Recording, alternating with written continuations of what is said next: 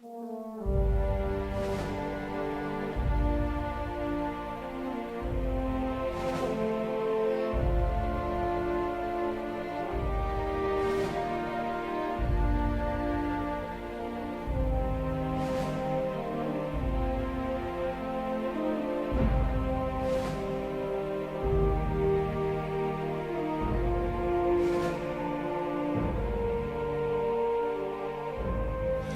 my name is Steve Kohlreiter, and I'm a resident of Washington Township, and I'm going to discuss my time in the United States Navy during the Vietnam War.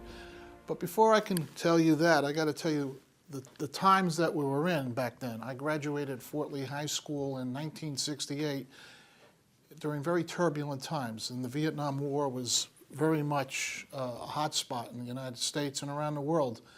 It was a very, very unpopular war, and most of us did everything we could to avoid going into the war.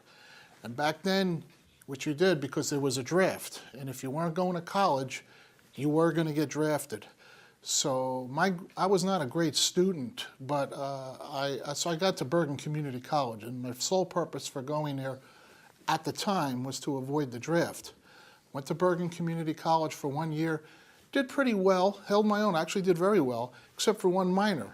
I flunked art appreciation, which was like, art appreciation, what is this? So they told me I'd have to make it up, and I got very upset by this. And in a fit of frustration, I slammed my fist on the dinner table and says, I'm going in. I'm wasting my time, I'm going to school, I shouldn't even be in school, but I'm doing this to avoid the draft, I'm joining. So, my parents like, you're crazy, but okay. So I went down and I went to the Navy recruiting station in Teaneck, and I joined on what they call the Cachet program. Interestingly enough, what that meant was a 6-month delay. This is what they were doing then. You signed the papers, you did everything you were supposed to do, but you weren't going in for 6 months, and I did this in July. During the 6 months, Congress proposed a bill, passed legislation, and just said, we're going to have a lottery to eliminate the draft. Now, I had already committed to the Navy. And a week before I went in, they had the lottery, and my ball came out to 335. I wouldn't have gone. So my father says, are you okay? I says, I'm okay with this. I'm good. So I went to boot camp in January 6th of the year 1970, Great Lakes, Illinois. Coldest place I've ever been in my life. If you think it's cold here, you have no idea what cold is. And I got to Great Lakes, and I was going through the normal basic training there. I couldn't understand why the Navy had a place like this in the middle of the country, not near the ocean, not near any ships. I figured they were just messing with our minds.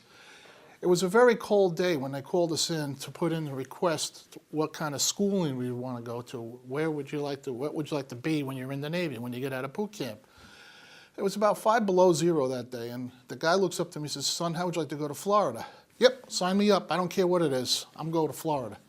So he says, you're going to go to Communications Technician School in Pensacola, Florida. I says, great. So when I got out of boot camp, I got through that. I was happy about that. I got to Pensacola, Florida, and so far all I've had in the Navy was boot camp, which is no fun for anybody. I get to Pensacola, and it was on a Sunday, and I check in with the officer of the day, and I says, I'm here to report. He says, that's nice. Then he's looking down, he's reading the newspaper. I said, well, what do I do now? He says, oh, you go across the street, there's a linen locker over there, find yourself a bunk. And then I said to him, well, what do I do after that? And then he looks at me, he goes, I don't give a damn what you do. I go, yes, sir, I'm in heaven. You mean I can go off base? Yeah, you can go off base. Just make sure you're back here for school. You can do whatever you want. This was like a man free from everything. So I was real pleased with that. So the first day they were telling us what we were doing, and they were going to teach us the Morse code. And by the way, you're going to get a top secret security clearance. So you got to fill out all these papers, and they're going to do a big investigative work on you, and this is going to take upwards of 6 months to get your clearance. This is a very, very big deal. But they didn't tell us why. So I went to school, learned the Morse code, and they had a very, very good system of helping you want to do well. At the end of the week, on a Friday morning, they had a speed test. And they did it like A, da, da, A, da, da, and they just pounded into you, B, dot, da, dit, dot, da, dit. And this is what you did for 8 hours a day for the first week. By the end of the week, you knew the Morse code, and for the next few weeks, all it was speed. On Friday morning, they would say, okay, we're going to take a test. If you pass the test, you're done for the day, go to the beach. If you don't pass the test, you're going to be running around with a full armor on, and you're going to run around the grinder. So it's up to you. You guys want to pass, or you guys want to fail? I was at the beach every Friday. And then we got to the advanced portion of the school, and then they put us in with typewriters with Russian characters on it. And they said, you guys are going to be obviously intercepting part of what you're doing, the Russians.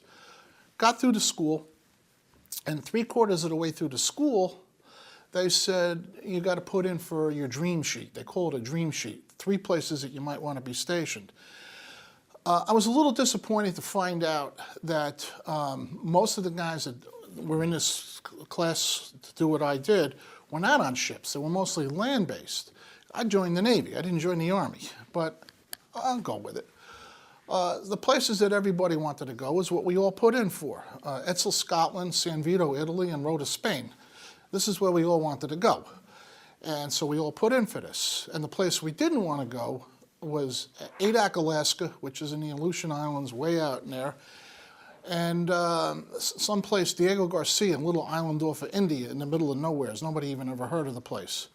So the day the orders came in, the instructor said, okay, so-and-so, Adak, so-and-so, all my friends, Adak, Adak, Adak. Then he comes, Kohlreiter, and my heart just sunk. Because in Adak, they said there's a girl behind every tree. The problem is there's no trees. He looks up, he says, what happened to you? You're going to Honolulu. Honolulu, Hawaii. I didn't even think about that place. So I was like, ecstasy. I'm going to Hawaii. I went to the Enlisted Man's Club that night, and they had Hawaii 5-0 on the TV, and it was like, oh, wow, this is going to be awesome. So I get to Hawaii, and our base was in the middle of Oahu, near a place called Schofield Barracks. It was the Naval Communication Station of Honolulu, which is right near there. And you know, when I got off the airplane at Hickam Air Force Base, I was waiting, you know, for the girl to put the lay around Elvis Presley to come over to me and lay the thing around. No, there was none of that. There was no greeting committee. But I got there, and you know, I made myself comfortable, and they had about a mile out the antenna array where we worked. And all I kept hearing about was from these guys that, oh, you got to go get on the ship, we got to go to the Philippines, we got to go to Hong Kong, that's where the action is. And I kept hearing this. And then one night, one of the guys came back, and he says, they're looking for 6 guys to go to the Philippines on temporary duty for 6 months. I'm in. I go running up. I didn't even wait for a ride. I ran a mile to get to this thing. I signed up, me and 5 other guys. I said, we want this. We want this. I said, you got it. So it was a couple of weeks went by, and we had a new division officer come on, and I had the midnight shift. But it was an all-hands meeting afterwards. So at 7:30 in the morning, the division officer is saying, we got some exciting new things coming up here. We got 6 guys going to Southeast Asia, among some of the things that are going on here. And this is rattling around my brain. I'm saying, Southeast Asia. Every time I hear Southeast Asia, I don't hear Philippines, even though it's over there. I'm here in Vietnam. So that night I have the midnight shift again. I go, Chief, am I going to the Philippines or am I going to Vietnam? I bluntly asked him. He says, both. You're going to the Philippines on your way to Vietnam. I says, I didn't sign up for that. He says, well, that's the way it is. I says, okay, I got tricked into this. But I really wasn't that upset by it. I got to the Philippines. We spent a couple of weeks in training, and I was kind of excited about this Vietnam thing. That's all I kept hearing about was Vietnam, Vietnam, Vietnam, always on the news. I kind of want to see for myself what this is all about. So we go down to Clark Air Force Base to fly in on a C-141, and we're going to land in Da Nang. Da Nang's the main air base there. And while we're waiting a few hours for our flight, the Stars and Stripes, which is the military newspaper, comes out. And there was like big carnage at Da Nang that day, and they were just showing pictures of this in the newspaper. I'm like, I'm starting to get a little queasy about this.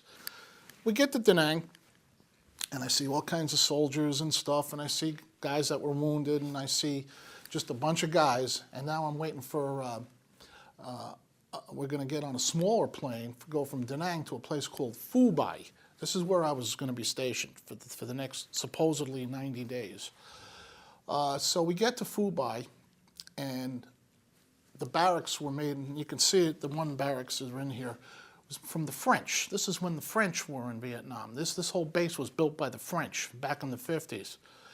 And the very first day, they handed us M16s. I had never fired an M16. I was in the Navy. And we had our camouflage uniforms and everything on, and it was a Marine gunny sergeant. He says, okay, guys, you guys got your weapons? There's two positions on an M16, semi-automatic and automatic. He says, I want you to put it on automatic. He says, I want you to pull the trigger and just let it go.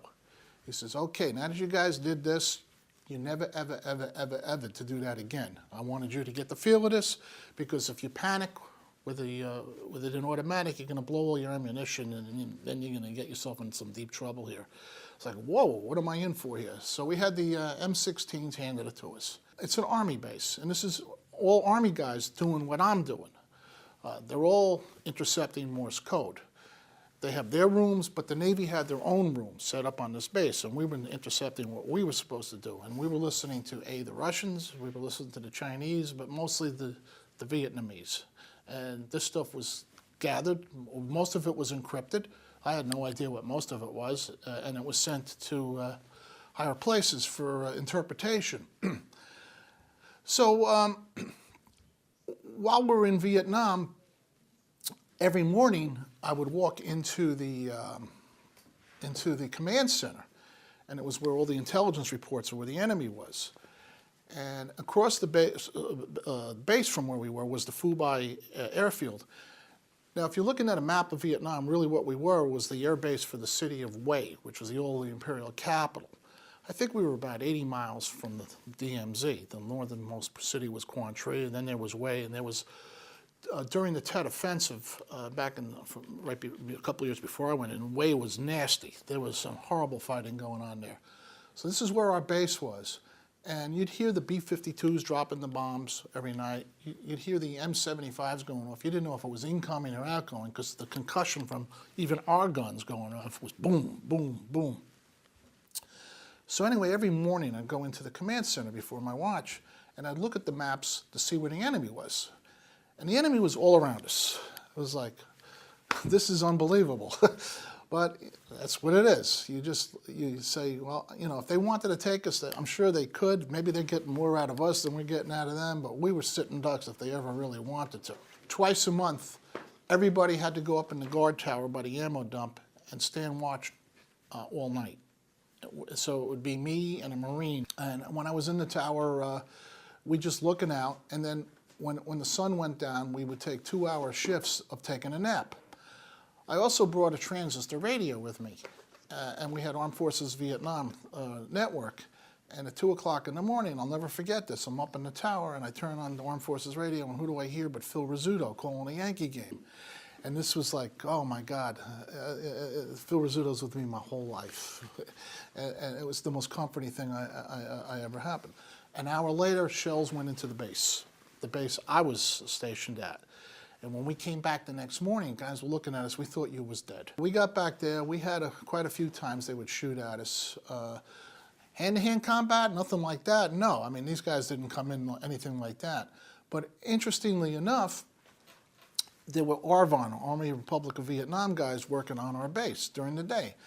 And we really thought that these guys were double dealing, that they would work in the day and the night they become the Viet Cong and the enemy. And I'm convinced of that to this day, and so was everybody else.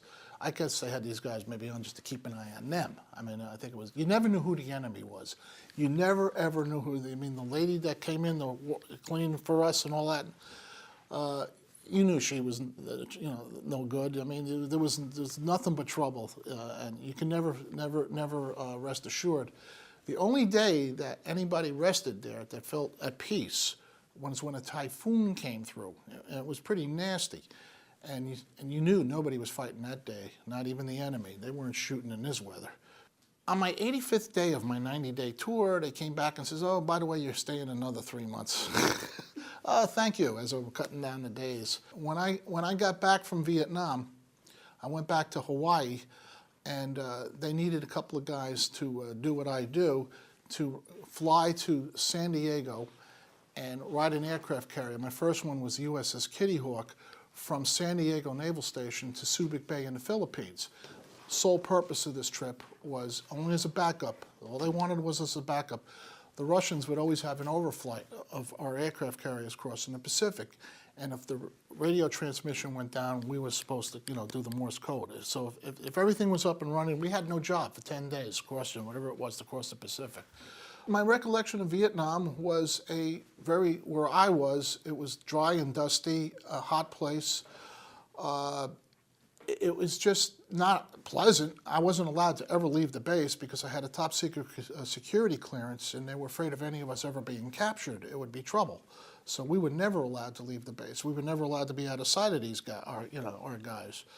So I didn't get to travel around the country. The closest I got to that was when we were leaving the country. We all had to fly to Saigon to take a drug test because they were starting to have a problem with drugs, and everybody had to take a drug test. We were there for 5 days, and they were having the elections in South Vietnam at the time, and so we weren't even allowed to go into Saigon during this. I was real glad to get out of there. So when I got back, but I wasn't done with Vietnam. I was done inside of Vietnam, but I wasn't done with Vietnam.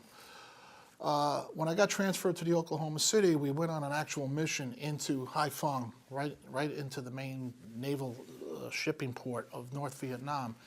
And we were shooting at them, and they were shooting at us, and we got hit a couple of times, and that's how I got my combat action ribbon with everybody else on the ship from that night. And it was a pretty hairy experience. So from there you can see, we were shooting lob and shells, and mostly we were shooting guided missiles into these guys. And you hear the missiles go off all the time, and you can just watch them land, and you can watch the Vietnamese, North Vietnamese army, because we were now near North Vietnam.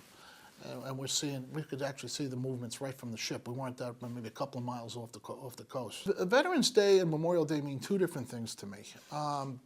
Memorial Day is, we're honoring those that made the ultimate sacrifice. I didn't. I made it back. Everybody I know made it back. Everybody you see in town in the VFW, we all made it back. We grew up. We had wives and families and kids, and we're living our dreams out. So many guys didn't. They died. In the prime of their life, and it was taken away from them. And it's sad, obviously, that they didn't get to live their lives, but what it left to their families, the pain that was resulting from this, or still results from this, and you wonder why. You question, especially the Vietnam War, because nobody's ever explained to us what that war was for.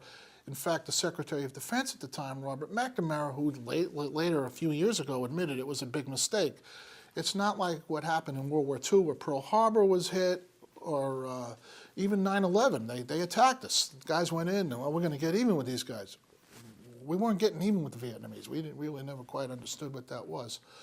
But Memorial Day is to remember and reflect on the dead, and never, ever, ever take it for granted what these guys did for us. Because if they didn't do that for us, we wouldn't have what we have right now.